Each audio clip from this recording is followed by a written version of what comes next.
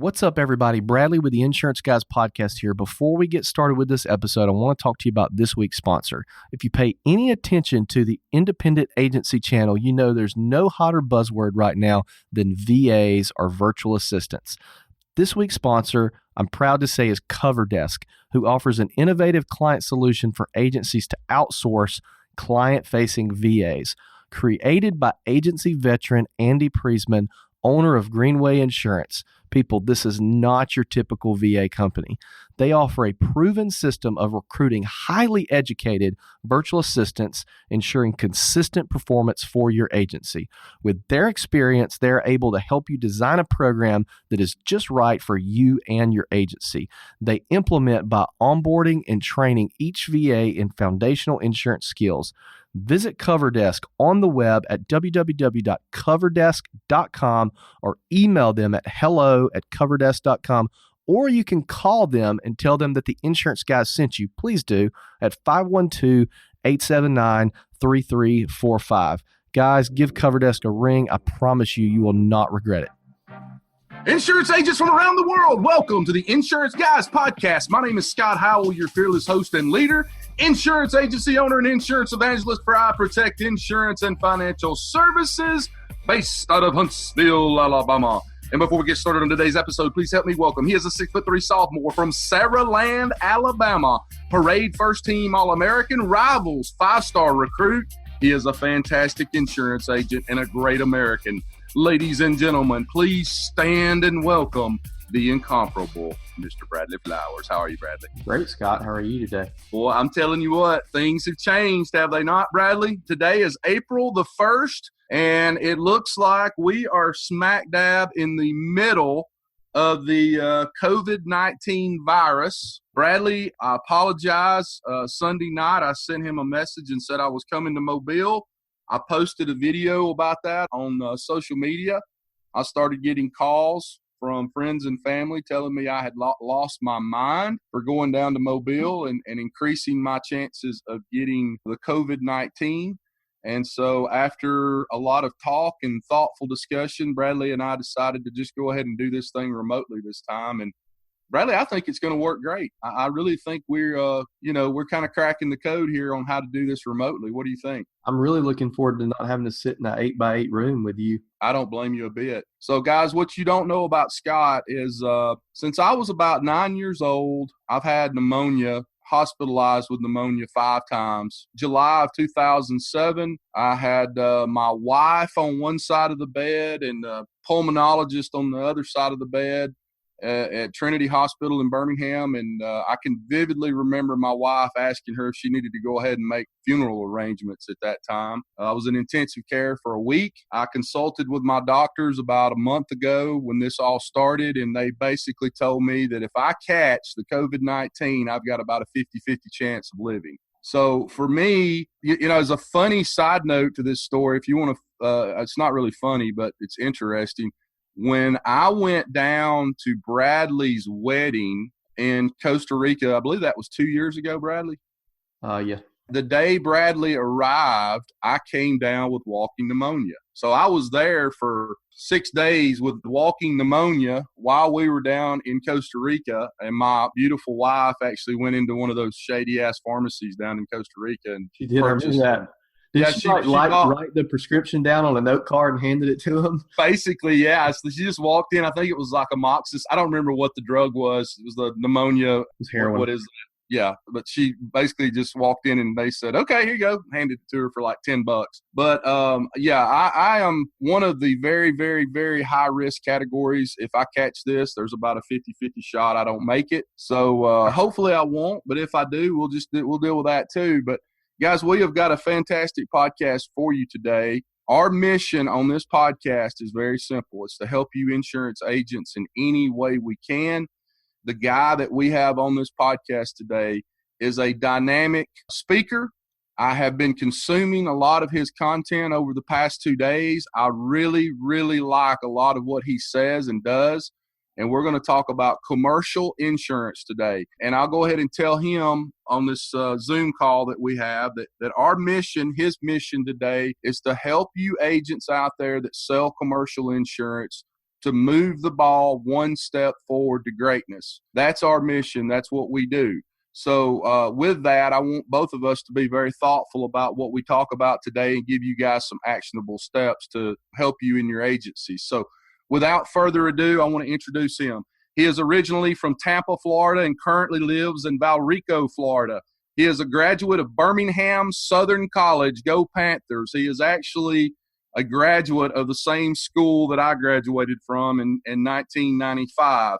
He is married to the beautiful Andrea Carothers, and they have 4 beautiful babies, Grayson, Landon, Ethan, and Caroline. He is the founder of Game Changers Marketing, LLC, and the principal agent at Florida Risk Partners. He has a YouTube channel called Killing Commercial Insurance. Might want to write that shit down. He has a podcast called the Power Producers Podcast with his co-host, Kyle Houck. I listened to it last night, and after I listened to the very first episode, Marketing 2.0, a decade later with Bernie Borges, I actually copied the link and sent it to all my commercial producers. He has a book coming out on May 1st, The Extra 2 Minutes. We're going to talk a little bit about that. Ladies and gentlemen, it is my profound honor to introduce to you for the first time on the Insurance Guys podcast, Mr. David Carothers. How are you, David? I am wonderful, and wow, what an introduction, fellas. I really appreciate it. I'm humbled to be here. You guys certainly have a great audience and a great following, and if I can live up to half the expectations that you've set for this crew, we're going to be doing right. David, I want to talk about a lot of things today. Again, agents that are listening to this, when you get off this podcast, if you're in commercial insurance, 2 things I need you to do for me. I need you to go to YouTube, and I need you to type in Killing Commercial Insurance. David has a series of videos on there. They are fantastic, and a lot of the stuff he talks about on there is specific to, obviously, the insurance industry, but commercial insurance. I watched probably 5 or 6 of those episodes last night. And then also I want you guys to write down the Power Producers Podcast. It's a brand new podcast. And after I heard the intro on that, I wanted to run through my living room wall like the Kool-Aid man. So I was very impressed. I listened to probably 3/4 of that podcast with Bernie Borges. But I guess the way I want to get started today, David, we want to talk about commercial insurance. But before we do, get into your book that's coming out May the 1st. I listened to, the topic and what it was about, but I want you to talk a little bit about that. But before you do that, I almost forgot. Climb in my DeLorean for just a second. Take us back in time. Get in my passenger seat and talk a little bit about how you got into the insurance industry. Wow, that's a long and storied past. And I'm going to warn everybody up front. You might think that there's going to be a third insurance guy on here before this is all said and done because there may be. The fact of the matter is I lived in Birmingham for 10 to 12 years. So that twang is going to come back just like my wife's ghetto Jersey accent comes back when she gets up to Jersey. Dude, it does. Right. When I'm doing podcasts with Scott, I'm like, oh my God, where's that coming from? Because I'm talking to him for 8 hours. It's so funny, man. I mean, in my mind right now, I am eating a Milo's cheeseburger, sucking on sweet tea, and I'm talking to the Rick and Bubba of Insurance Podcast. That's exactly it. I'm in my happy place now. Which one's Rick and which one's Bubba?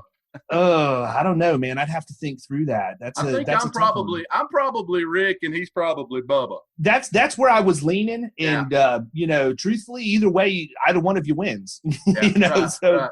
It doesn't really matter. But yeah, so I actually started out in the grocery industry. I played baseball coming out of high school, and I blew my arm out in college. And I tell people I walked into Winn-Dixie in Pelham, Alabama, after having driven 14 hours from Morgantown, West Virginia down to my parents' place, and I needed a job, and my sister was the head cashier, and so I had a choice. I could either work in the dairy department for $5.85 an hour, or I could be an overnight stocker for $6.35 an hour. For 50 cents an hour, I chose to work graveyard shift, and looking back on it now, on a 40-hour week for $20, I didn't sleep all night. So it really didn't, not the best decision or well thought out, but it's kind of interesting because I had in my mind that I was just going to end up playing ball again someday. I was going to be the next Kurt Warner that rose from the ashes of grocery store stocking to a professional athletic career. But I did that. I worked for Super Target. I actually assisted in opening up the 2 Super Targets up there in Huntsville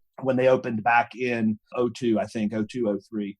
And traveled the country with them working on broken processes in stores there towards the end. But just decided what I wanted to be when I grew up, man. I was early 30s. My oldest son was 2 years old. He didn't know who I was. He didn't understand why I worked as much as I did. And I always had said when I have kids that I'm never going to be that guy that has my kid yanking on my arm while I'm sitting at a computer saying, "Daddy, why can't you play catch with me?" So it was really an easy decision for me to leave retail, but I wanted to find something where I could make more money per hour, the more hours that I worked, as opposed to having a diminishing return on my investment of time. And so I was introduced to a gentleman that owned a large agency prior that had sold, that was going to relaunch down in Tampa. And my father was the risk manager for him in the employee leasing company he owned while he was sitting out his non-compete. Made that connection, jumped on a Southwest flight, flew from Birmingham down to Tampa, had lunch with him. He gave me the 3 reasons why I needed to go into the insurance industry, 3 or 4 reasons. I bought into all of them, flew back to Birmingham, loaded up the F-150, and the rest is history. I worked with his firm for a little while. I was also a partner in a agency prior to Florida Risk that specialized in PEO, master workers' compensation policies. Not my forte or heart's desire. Florida Risk launched in 2016 so that we could get back to focusing on middle market and risk management oriented accounts. And that's as fast as I can get you here. And that's perfect. I appreciate you doing that. So let's talk a little bit about your book, The Extra 2 Minutes. I love this concept. I want the Insurance Guys podcast listeners to hear this because I think it's something that can help them in their agencies, help grow their business and write more insurance. So talk a little bit about the book. Yeah, I mean, the book is really kind of basic, to be honest with you. I'm not a smart guy, man. I just tend to look at things from a different point of view. I was using it as an example on one of the podcasts we recorded this week. And it reminds me of that part of Sling Blade when everybody's trying to fix the lawnmower and they say, "Hey, Carl, you're good with mechanics. Why don't you come look at it?" He comes and unscrews the gas cap. "Ain't got no gas in it." And, that's it. Yeah. And I think that when you look at things, we overcomplicate way too much in this world. And to me, the difference, and this is something that I've subscribed to literally my whole career, and it goes back to the things that your grandfathers would have taught you, take the time to do the job right. So if you can spend just an extra 2 minutes on literally almost any task in sales, you are going to move yourself from the status quo to best in class. And to give you a tangible example of that, I was talking to an agent who ran into a roadblock with a decision maker. He had gotten himself into an account that was several $100,000s in premium. And the owner of the company had said, "Look, I want you to come in and do an experience mod audit for me because I think that you can help us, but you need to go get the information from this person." And it was the gatekeeper. And how many times does that happen? The owner just pushes you off. So he shot me a message and he said, "Look, I'm having problems. What can I do?" And I said, "Look, I'm going to help you. I'm going to draft a few sentences for you in email, and then I want you to copy and paste it and you'll get what you want." And basically what happened is he got what he wanted. Right. But essentially he needed information, right? In order to do an experience mod audit, and I don't want to get too technical into insurance, but you have to have the loss runs. You have to have the audited payrolls. You need a copy of the mod worksheet as it was promulgated, all of those things. And basically that's what he asked for. And when the lady wrote back to him, she said, "Look, I'm not giving you anything until you give me a detailed description of what you're going to do to reduce our experience mod." And so my response was really simple. It was, "Listen, I appreciate you writing back to me and letting me know of your concerns. I have to be honest with you, what you're asking me to do is really impossible. The reason why we are asking for that information is because we use software to enter that in and validate that your experience modification factor is even correct. We find that 65% of them are wrong due to bad data coming in and going out. So as a result, we put the information in there. And then what we do is we generate a report that will give you your top loss drivers and what's contributing points to your mod in terms of body part injury type, cause of injury, or even by employee. And then we meet with you, we sit down, we cover the results of that report. We ask you what resources your organization is able to deliver, and we're going to tell you what we're able to commit. Then we come up with a detailed plan on how we're going to be able to reduce your experience mod based on that exercise. I hope this clears things up. I look forward to receiving the information. Thank you again for your consideration. Boom. 10 minutes later, he had everything that he needed to get this mod audit done. And the difference is this. When I talked to him, I said, what's the learning experience here? And he said, well, the learning experience is that you write good emails. And I said, no, that's not the learning experience. I can teach you to fish, but I'm not going to fish for you. Right. The learning experience is that you sent the exact same email that every agent who's ever requested loss runs in a mod worksheet has sent to her. Right. I took 2 minutes. I told her what I needed, why I needed it, how I was going to use it, and how it was going to benefit them. And when I did that, her guard was down. Now, not only did she give you what you need, but she has bought into how you're going to be able to do a different job for her than anybody else that she's talked to. And it literally took 2 minutes to write that email. But I mean, that's just one tangible example across a myriad of things that we try and take the shortcuts to get through. And how I explained it to him was this. Let's just say the account was $500,000 in premium for easy math purposes. I said, that was a $50,000 a year job. Which email better represents you applying for a $50,000 a year job? The one you sent that you spent 15 to 20 seconds to type, or the one that spent 2 minutes to type? And he said, well, that makes perfect sense at that point. And so I think that just little things like that we take for granted that can be a huge differentiator for us at the point of sale is really what we need to change. So I've got another question for you, and I'm gonna circle back to what you just said a second ago. For those agents out there listening to this, and you and I touched on this real briefly right before we started the podcast, they're out there, they're looking for a great commercial producer, associate agent for their agency to help grow their agency in commercial insurance. What are some of the key things that you look for in hiring a new person to come in and help grow your agency in commercial? This is a little bit unique, right? My hiring process is not normal by agency standard. And you can tell me how deep you want me to go into this. I'll let you guide that discussion. But what I will tell you is this is a topic that everybody loves to hear me talk about. Sure. Because when we hire a producer, we have zero financial risk. They're validated before they ever walk in the front door. And I'll walk you through sort of the elevator version of that because I can talk about it for an hour and a half. But basically what I do is a lot of what I do after being in the industry for 15, 20 years now is work through channel partners. I don't want to make 10 phone calls to get one appointment. I want to make one phone call to get 10 appointments. So I network with payroll salespeople, credit card processing salespeople, office supplies, office equipment, IT services, all of that, because these people come from industries where they have to be successful at cold calling to be successful.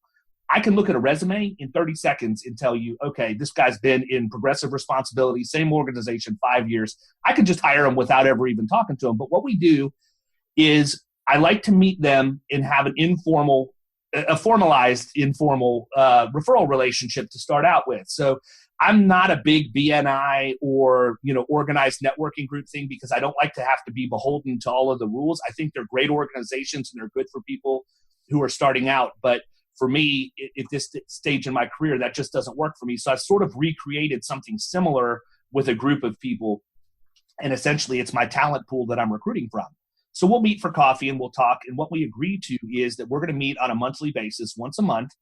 And when we get together, I will bring 2 booked appointments for that person. And they will come to that meeting with 2 booked appointments for me. Not leads, not pick up the phone and tell them I said to call. We walk in, we have the appointment. We manage that relationship for 3 or 4 months. And at that point is when I plant the seed. And the seed is real simple.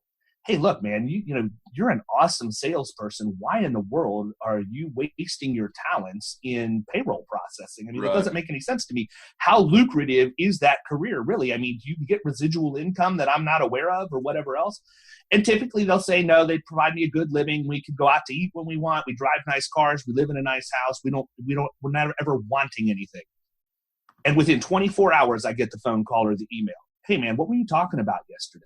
I don't understand. Is there an opportunity that I'm not aware of? And so we get together and we talk again. And that conversation is a little bit more to the point, where I will run the reports from our CRM of all of the business that has been referred that we've closed. So let's just say, because my agency focuses on accounts that are $25,000 to $50,000 in revenue, we're just going to use 50,000 as easy math. But let's just say we meet and we've closed 4 $50,000 accounts out of the 8 that we've been referred to. And I'll just say, look, I just want to sit down and explain to you what I was talking about. Over the last 4 months, we've closed 4 accounts that have been $200,000 in revenue to my agency. And if you were a producer in my firm, we pay 40% new business. So you would have made $80,000 over the last 4 months. My question to you is, did you make $80,000 doing what you're doing? Right. And the answer is always no. And so what I tell them is, what if I told you you have the ability to come and work with my firm with no risk to you or your family at all? Would that be something you're interested in? And they're always interested. And so the next part of that conversation is, well, tell me what you need and tell me what you want. I can get you what you need. You're going to have to go earn what you want. And so I want to understand how they think. But keep in mind, we've been working together for 4 months. There might be somebody that gets in that I don't necessarily want to make this, plant the seed with, but they're still a good referral partner. Maybe I don't like their personality, but I'll still happily refer business back and forth. If they're not going to fit the culture, I don't want them in there. So I'm really interviewing somebody for several months before we ever even make them a job offer. And I get to see them presenting and proposing and all of the things, how they run their business and how good they're going to be, and validate they can actually get into the right accounts. And so when they tell me what they need, I tell them, look, here's what we're going to do. Everything that you've referred in, plus everything that you refer going forward, we're going to set up a code in HubSpot so that we can track your revenue. And when we get to your need number, I'm going to pick up the phone and say, it's time for you to jump ship. And they're going to walk in. I'm going to hand them the book of business that they have referred to me. I've already had the benefit. I mean, agents get a disconnect here because why are you handing them anything? Well, number one, because they referred all the business in. Right. I'm not a greedy individual. I'll happily take 60% of something instead of 100% of nothing. Right. So let's go ahead and hand them the book of business because A, they referred it. B, these are relationships they already had. So it's not like they're walking in and assuming a book of strangers. These people were already their clients. And so I don't have any financial risk at all bringing a producer in because they've already paid for themselves. They have no financial risk because they're walking into a book of business. So if everything works the way that it's supposed to work, it's a win-win all the way around. And, you can take 9 to 12 months to have these people in your pipeline and then land them like an air traffic controller to get them in the door. So they come in. Tell our audience a little bit about your sales process in commercial. I don't really know much about your specific agency, although I'm going to ask some questions today. But do you guys, I assume you have a specific niche that you go after or a few niches that you kind of pinpoint, or are you more of a generalist? We're kind of both, honestly. We're a generalist in the sense that we'll work with pretty much any company who has workers' comp issues. Me personally. Now, I've got a guy that specializes in childcare facilities. We've got a guy that specializes in auto services facilities. Right. We have some vertical markets like that. And then we also have some smaller business stuff that we've set up as passive revenue through inbound leads that have its own landing pages and things online. But for all practical purposes, I'm looking for somebody who has an experience mod of 1 or higher. And the reason why is, in the state of Florida, we have state-administered pricing. So it doesn't matter if I go to 1 carrier or 100 carriers. The bottom line number is going to be the same because we don't have the same file discounts that they have in a lot of other states. So it's a level playing field, and I think that a lot of agencies in Florida just throw their hands up and say, comp's the comp. Let's focus on really getting you a great deal on your auto insurance, or let's drop the general liability premium. And they're constantly focused on hammering down price on price on price. And again, they go left, I go right.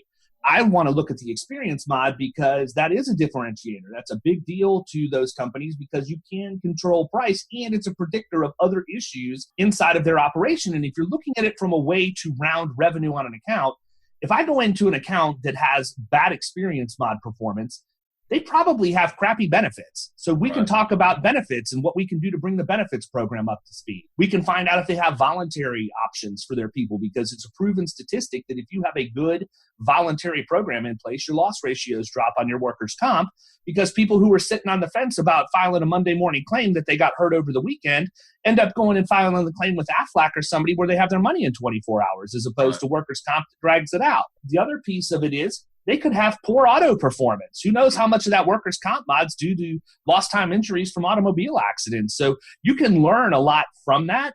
But again, it goes back to extra 2 minutes, right? It actually takes a little bit more time. In this case, it's more figurative 2 minutes, but it takes a little more time to go down this road, but the success rate is so much higher because there's so much that you can dissect from that and use, and you have a message that nobody else has because they don't want to take the time to learn it. They're insurance salesmen.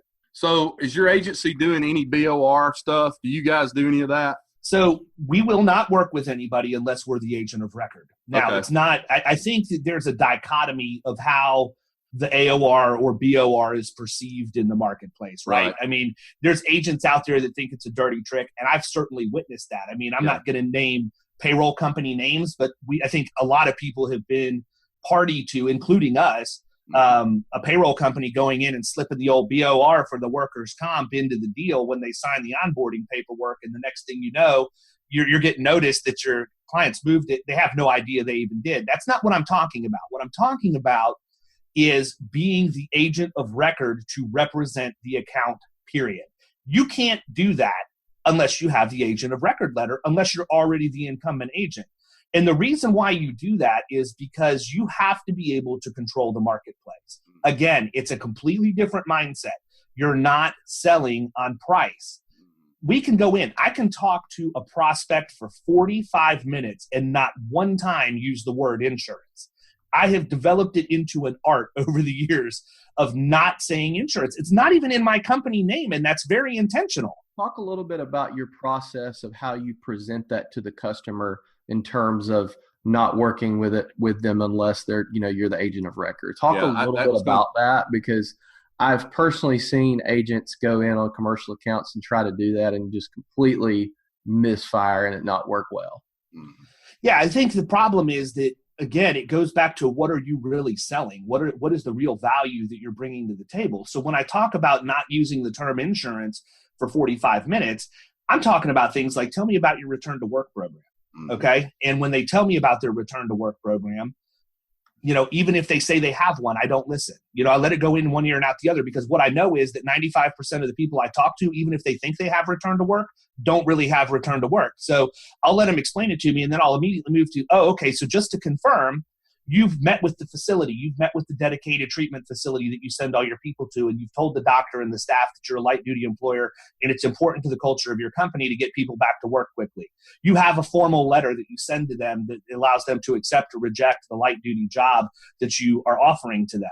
You have the predetermined roles and responsibilities of everybody in your organization. And I go through and line out exactly what that return to work program would look like if you worked with our firm. And guess what?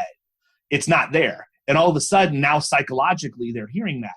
Then we talk about it. And listen, we all know how to drive a wedge. I think that anybody out there has the ability to do that. The problem is that the number one wedge that almost everybody drives is price. I will never compete on price because I will lose on price. If I get them to buy value, price is out the window. So we talk about all of the different things from a value standpoint. How about contractors?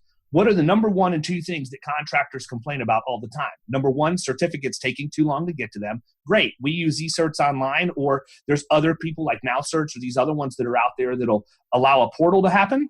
And I'm sure you guys have relationships with people who do that. Let your clients self-service insurance certificates. Number one, it's a heck of a lot cheaper on me from an overhead standpoint. And number two, by the time that certificate is in the hands of their end user, they couldn't even have finished the email asking you for it. The second one is audit, right? Everybody complains about audit. Oh, I got screwed by the carrier. They wanted a big check at the end of the year. Why is that a surprise? That should never be a surprise. We have a spreadsheet that we give our clients that has their rates built in. So if a contractor's going out and bidding on a job, they can plug the amounts in that they're projecting for payroll, and it's going to tell them what their insurance cost is going to be as they're bidding, so that there shouldn't be a surprise there. Every quarter we visit that. So if I can just go in with even just those are 3 small examples. How much of a wedge have I driven if I've met 3 things that are, number one, with the return to work, I created a problem that they didn't even know they had. Right. The other 2 are problems that I basically just said, here's how we do this. And, our clients love this.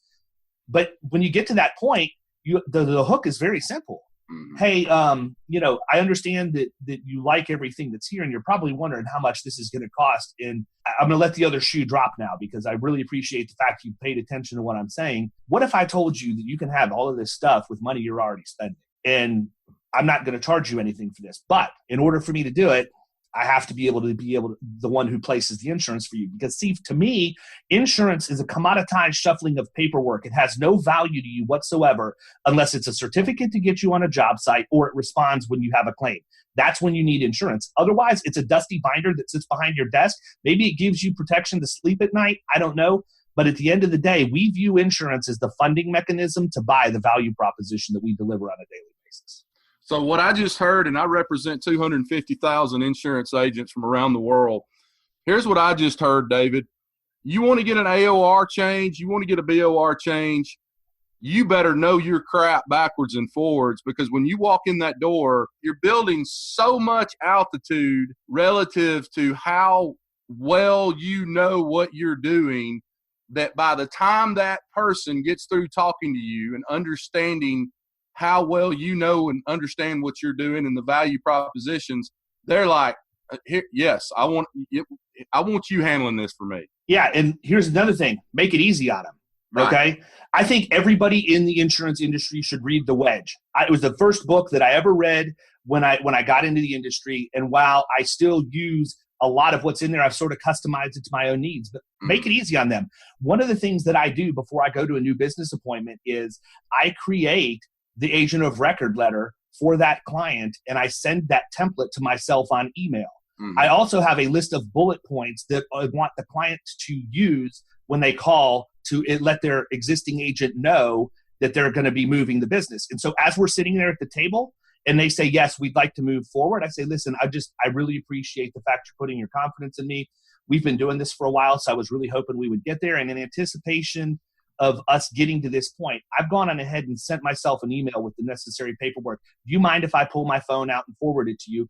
I'd really like for you to go ahead and print this out on your letterhead and sign it so that I can take it with me today. That way we can get this process started. Mm-hmm. In addition, here are some things that you're going to want to talk about when you call your existing agent. And I would recommend that you either call or email them and let them know this is going to happen. Otherwise, you're going to be dealing with the fallout of somebody who just got completely off guard and is not going to be very happy with you. But I think we can both agree this is really the best thing for your business going forward. Now, that's not a sleazy – if an agent's pissed off that I just took an AOR from them, look in the freaking mirror, man.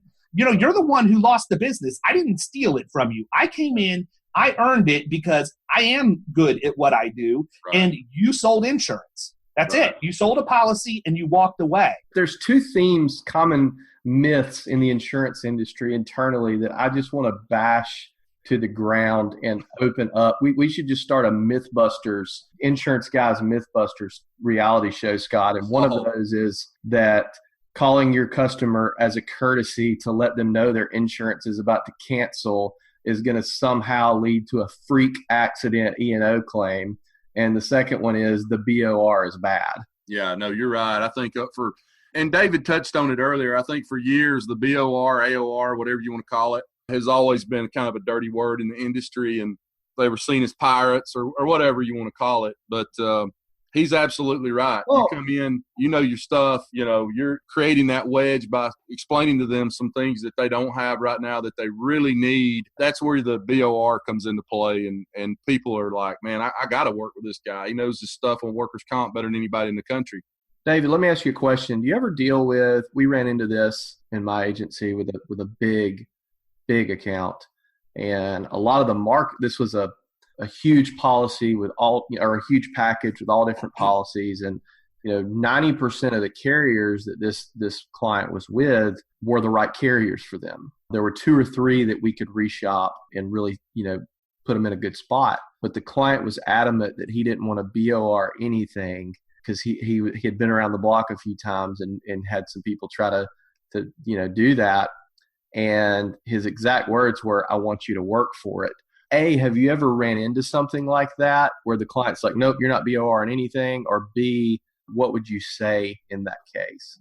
I would apologize to them for not being effective enough in my presentation that they realized that this wasn't an insurance transaction. This was a business relationship based on value going forward.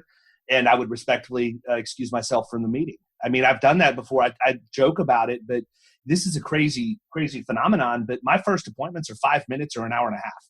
Literally. If it's 5 minutes, it's because somehow, some way in the pre-qualification process, somebody got through that shouldn't have. And I have actually had business referred to me because I've walked out of meetings. Yeah. Like I was 5 minutes in with a guy one time, and I told him, I'm like, listen, I need to apologize to you, man. I don't want to waste any more of your time, and I'm not going to waste any more of mine. It is apparent to me, I've been doing this a long time. You are probably not going to be a good fit for my firm. So rather than just prolong this for having a meeting's sake, let's just kill it. We're going to respectfully, part ways, and I wish you the best. You build a great company, and there's absolutely nothing wrong with you or your company. It's just that I can tell this isn't going to be a fit for what we do, and it has to be a fit in order for it to work. 2 weeks later, I get a call. Hey, is this David? Yeah. He goes, I need to talk to you. I have some serious workers' comp problems. Okay, how did you hear about me? Well, I was talking to Joe over at blah, blah, blah, and he told me if I had this kind of problem, you were the guy I needed to talk to. Interesting. I don't even do any business with him. No. He told me you walked out of the meeting and you're dead serious about what you do. And because you were so stuck to your guns that your process worked and it was the way to go, he told me that I should call you because if anybody can fix what we're doing, it's going to be your firm. And that's crazy, man. That's somebody that I chose not to work with that still respected me enough to refer me to somebody who really needed my help. The flip side of it is sometimes you get to that point, they're just putting up a front and they say, listen, I didn't mean any offense by it. Let's talk. I didn't mean that I wasn't interested. But I mean, listen, we have to condition buyers, right? That brings me to my last question, David, because we got to get off this podcast soon, and we've got another one coming up. But my last question to you, and it was something I heard you say last night when I was listening to your podcast. Insurance is being commoditized. It's death by a thousand cuts, especially personal lines. I'd love to hear your views on the future of insurance relative to us continuing to be agents and how the commercial insurance world kind of plays into that. Where do you see that going, in terms of the future of insurance? I'm far from clairvoyant, but at the end of the day, man, the agent's going to be displaced. And you'll hear a lot of people talk about this from a tinfoil hat conspiracy theory point of view. Mine is a very realistic point of view. I read the book, and I know the context of this because I remember talking with Bernie about it, but I read the book Permission-Based Marketing by Seth Godin back. I didn't read it when it came out in the late 90s, early 2000s. This cat predicted exactly what Amazon was going to be today, like 10 or 15, 20 years before it ever happened. If you're an agent out there and you don't think that you can be displaced and you're selling $2,500, $3,000 premium accounts, the only person you're kidding is yourself. Big data has got you by the short hairs already. They have everything they need to know. And if you don't believe me, how many Amazon boxes were on your porch last month? Right. There's going to come a day where if you have an Amazon business account or you just go into your Amazon account, you're going to go in, you're going to order something, and they're going to have a button that says, we've already prepared a homeowner's quote for you based on the information we know about you and your family. Click here to see the options. Boom. There it is. Watch it, click to bind. Payments can come directly out of your Amazon account. I mean, there's so many different ways they can go with that. Right. And that's why I preach to people value, because there's an inflection point where value is going to matter. And I don't see that ever making its way to the lower middle market and larger middle market accounts. But small business and personal lines, being truthful, it's probably too late. I don't know that we can recover from that. I just think it's a matter of time at this point. So here's my problem with you, David. My problem with you is you go across so many topics. We didn't even get into LinkedIn today. We didn't even get into social media. We didn't get into a lot of the things I want to talk about. So what that tells me is we got to have you back on the show because I could go deep dive with you on so many different topics. Guys, I want to tell you this, and David, I really appreciate you being on the show today. I want to reiterate something, though. If you're in commercial insurance, go to YouTube.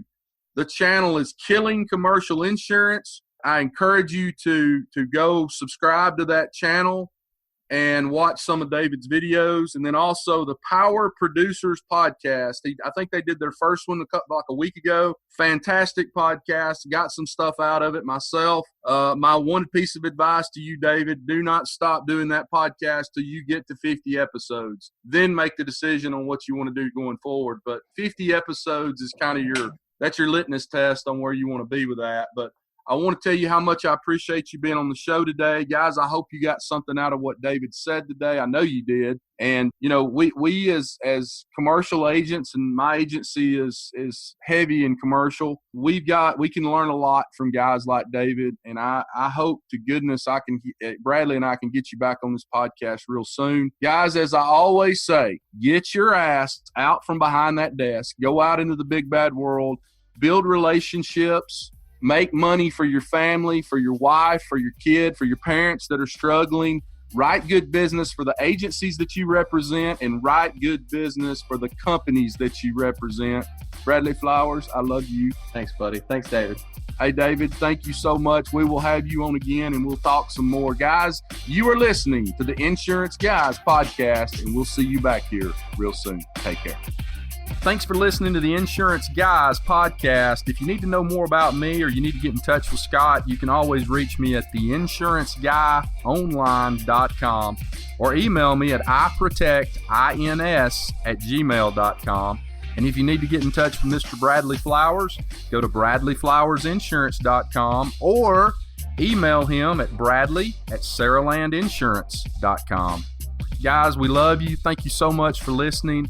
We look forward to being with you again real soon on the next episode of The Insurance Guys. Take care.